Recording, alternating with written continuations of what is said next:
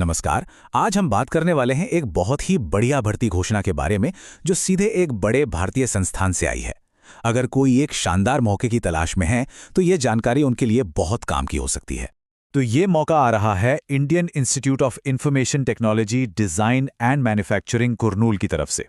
देखिए, ये सिर्फ कोई आम कॉलेज नहीं है, ये भारत सरकार के शिक्षा मंत्रालय के तहत एक इंस्टीट्यूट ऑफ नेशनल इंपॉर्टेंस है। मतलब यहाँ काम करना अपने आप में एक बहुत बड़ी बात। और यहाँ है बड़ी खबर, इस इंस्टीट्यूट ने 16 नई नॉन टीचिंग पोजीशंस की घोषणा की है। जी हाँ, पूरे 16 परमानेंट पद खाली हैं। तो इस पूरी जानकारी को आसानी से समझने के लिए हमने इसे 5 हिस्सों में बांट दिया है। पहले देखेंगे कि ये मौका इतना बड़ा क्यों है, फिर कौन-कौन सी भूमिकाएं हैं, योग्यता क्या चाहिए, अप्लाई कैसे करना है, और आखिर में सबसे ज़रूरी तारीखें और नियम। तो चलिए शुरू करते हैं। तो सबसे पहले ये समझते हैं कि आखिर ये इतना बड़ा अवसर क्यों है। देखिए, यहाँ जो सबसे खास बात है वो है स्टेबिलिटी और प्रेस्टीज। ये शिक्षा मंत्रालय के तहत एक राष्ट्रीय महत्व के संस्थान में परमानेंट कर्मचारी बनने का मौका है। ये सिर्फ एक नौकरी नहीं है, बल्कि एक प्रतिष्ठित सरकारी सेक्टर में एक स्टेबल करियर बनाने का सुनहरा अवसर है। चलिए, अब बात करते हैं उन खास भूमिकाओं की जिनके लिए आवेदन खुले हैं। तो यहाँ ग्रुप ए और बी की पोस्ट्स हैं। आप देख सकते हैं टेक्निकल ऑफिसर और असिस्टेंट रजिस्ट्रार जैसी सीनियर पोजीशंस हैं जिनका पे लेवल 10 है। इसके अलावा जूनियर टेक्निकल सुपरिंटेंडेंट और जूनियर सुपरिंटेंडेंट जैसी भूमिकाएं भी हैं जिनके लिए पे स्केल और आयु सीमा साफ साफ बताई गई है। अब आते हैं ग्रुप सी के पदों पर। यहाँ अलग अलग विभागों में कई टेक्निकल और एडमिनिस्ट्रेटिव रोल हैं, जैसे कंप्यूटर सेंटर, मैकेनिकल इंजीनियरिंग और कंप्यूटर साइंस जैसे डिपार्टमेंट्स के लिए जूनियर टेक्नीशियन की ज़रूरत है।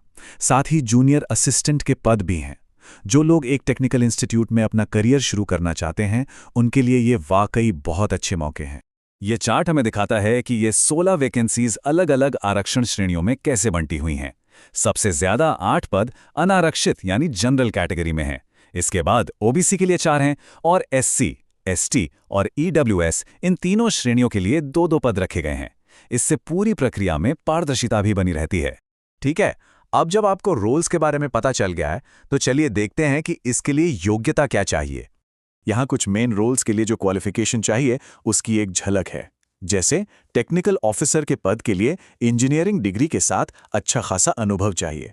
वहीं जूनियर असिस्टेंट के लिए ग्रेजुएशन की डिग्री और कंप्यूटर की जानकारी काफ़ी है। तो ये जरूरी है कि अपनी योग्यता के हिसाब से ही सही पद के लिए अप्लाई करें। यहाँ एक बहुत जरूरी बात है, टेक्निकल ऑफिसर के पदों में से एक लियन वैकेंसी है। अब इसका मतलब क्या है? इसका मतलब ये है कि ये एक टेम्परेरी वैकेंसी है जो एक फिक्स टाइम पीरियड के लिए है, 1 जनवरी 2026 से 31 दिसंबर 2027 तक। अगर इस दौरान ओरिजिनल कर्मचारी वापस आ जाता है या ये पीरियड खत्म हो जाता है तो ये पद खाली करना होगा। ये जानना बेहद जरूरी है। और ये देखिए, ये संस्थान की सोच को दिखाता है।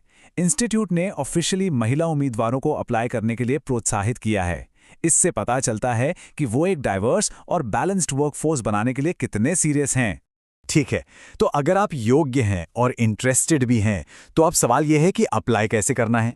प्रोसेस पूरी तरह से ऑनलाइन और बहुत सीधा साधा है। आपको बस इंस्टीट्यूट की ऑफिशियल वेबसाइट iiitk.ac.in पर जाना है, ऑनलाइन फॉर्म भरना है और फीस जमा करनी है।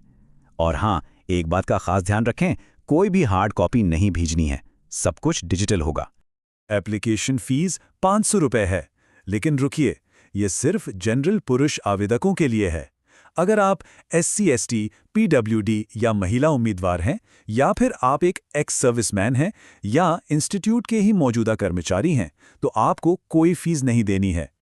और हाँ, जो लोग पहले से ही किसी सरकारी या PSU नौकरी में हैं, उनके लिए एक बहुत ज़रूरी टिप, आपको अपने आवेदन के साथ एक नो ऑब्जेक्शन सर्टिफिकेट यानी NOC जमा करना होगा। ये एक बहुत ज़रूरी कदम है, इसे बिल्कुल भी ना भूलें। चलिए, अब आते हैं सबसे जरूरी जानकारी पर, यानी कि डेडलाइंस और वो नियम जिनका आपको ध्यान रखना है। इन तारीखों को कहीं नोट कर लीजिए। विज्ञापन 3 जनवरी 2026 को आया था और ऑनलाइन आवेदन जमा करने की आखिरी तारीख है 24 जनवरी 2026 शाम 5 बजे तक। इस डेडलाइन को मिस मत कीजिएगा। और जाते जाते कुछ आखिरी बातें। पक्का कर ले कि आपका ईमेल एक्टिव है, क्योंकि सारी जानकारी वहीं आएगी। इंस्टीट्यूट की वेबसाइट को भी रेगुलरली चेक करते रहें। और याद रखें, एक बार फॉर्म सबमिट हो गया तो उसमें कोई बदलाव नहीं कर सकते, तो सबमिट बटन दबाने से पहले हर चीज़ को 2 बार ज़रूर चेक कर लें। तो कुल मिलाकर ये भर्ती अभियान उन पेशेवरों के लिए बहुत सारे मौके लेकर आया है जो एक प्रतिष्ठित राष्ट्रीय संस्थान में अपना करियर बनाना चाहते हैं। तो अब सवाल ये है, क्या आप इस मौके का फायदा उठाने और एक राष्ट्रीय महत्व के संस्थान का हिस्सा बनने के लिए तैयार हैं? अगर जवाब हाँ है, तो अब एक्शन लेने का समय आ गया है।